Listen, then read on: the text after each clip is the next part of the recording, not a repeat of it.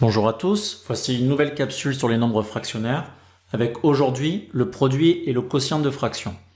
Alors nous verrons successivement la multiplication d'au moins deux fractions, puis la division de deux fractions. Allez, on commence par regarder comment on effectue le produit de plusieurs fractions et pour cela, je te propose l'exemple suivant. A égale 7 sur moins 18 fois moins 81 sur 56. Nous avons ici uniquement deux facteurs. Mais la règle de calcul qui va suivre est valable également pour 3, 4 fractions, etc. Mais limitons-nous à deux fractions pour les explications.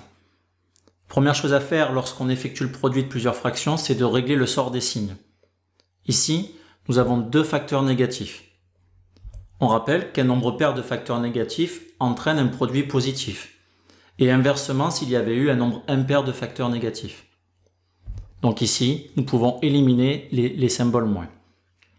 Et contrairement à la somme et à la différence de fractions, il est inutile de mettre les fractions au même dénominateur. Ici, la méthode de calcul est bien plus simple à retenir. Il suffit de multiplier les numérateurs entre eux et les dénominateurs entre eux. Alors bien plus simple, les calculs peuvent rapidement devenir compliqués. Donc je te conseille de décomposer chaque facteur en produit de facteurs plus petits. Alors essayons de voir.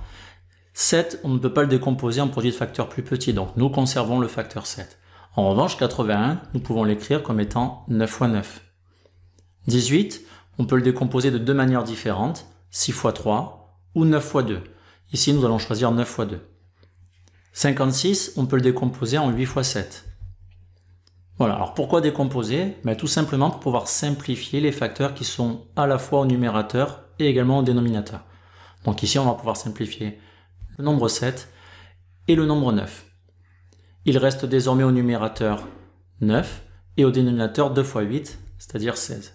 Et nous trouvons directement la fraction irréductible.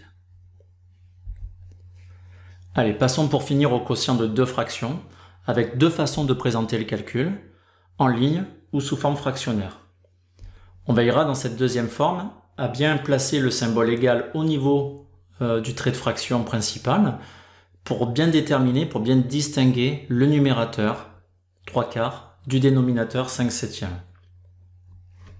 Et donc, propriété importante à retenir, diviser un nombre par une fraction, ça revient à multiplier ce même nombre par la fraction inverse.